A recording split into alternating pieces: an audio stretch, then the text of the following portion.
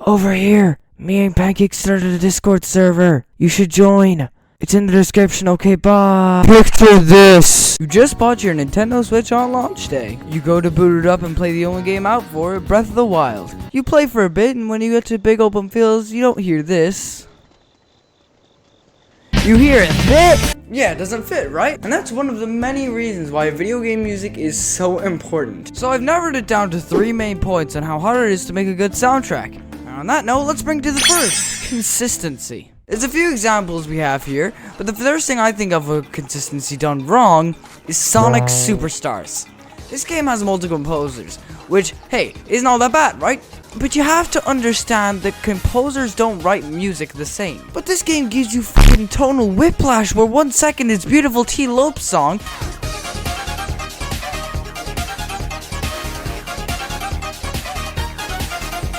and the next it's June Snow and makes you turn the game off. Wait, shit! It's not because it's June as well. It's because this and this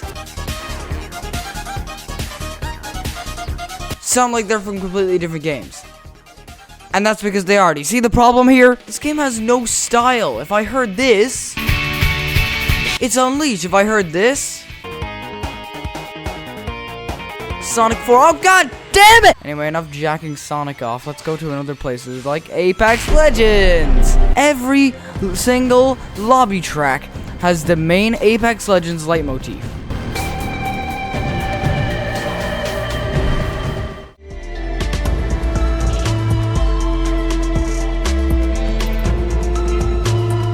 Look at that! Having multiple composers can lead to great things too. Sonic Frontiers doesn't sound out of place with any of its songs, which makes sense. Each location has its own unique style. The night themes fit with the day themes pretty good too. Inconsistency is the style of itself too, as long as I get to the next point incredibly well. Now this is probably the least important of the 3, so to save my rambling, let's go to the next one. Now I touched on this in the intro with the whole that, but there could be some cases where it feels slightly off, but it's not as noticeable. Look at this. I'll reveal your true form.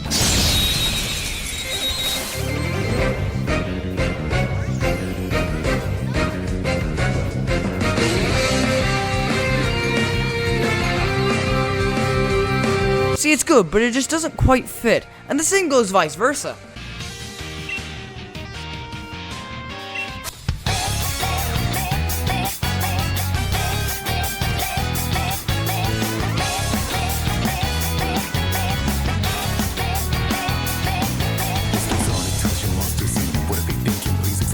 A good example of this topic is actually Sonic Frontiers, namely cyberspace. I don't blame it on the music though, I blame it on the levels themselves. You hear this?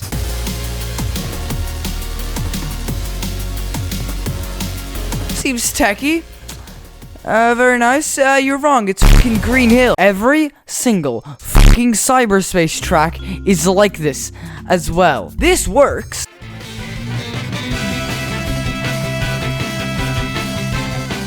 But it's actually this. There's a lot that goes into the theming for soundtracks. Instruments, tempo, key. They all have to fit into where and what the player is doing. It doesn't have to be exact. It usually isn't, especially considering the first point I mentioned. So keeping within the same genre without making every single song sound like fucking Sonic 4! Persona 5 is a good example. There's no point where the soundtrack feels wrong and out of place. In fact, most Persona games can do this. Persona 3 Reload, for example. You can tell those are from the same game, despite them sounding incredibly similar. And the third and final style is the most important out of them all. Think about it. If your song fits a theme, the soundtrack is consistent, but it's a classic Sonic game with Jun Snow as lead composer, it's not gonna go well. Which makes the songs good, and you would think that'd be a given, but I know game composers. Hey Ignatius.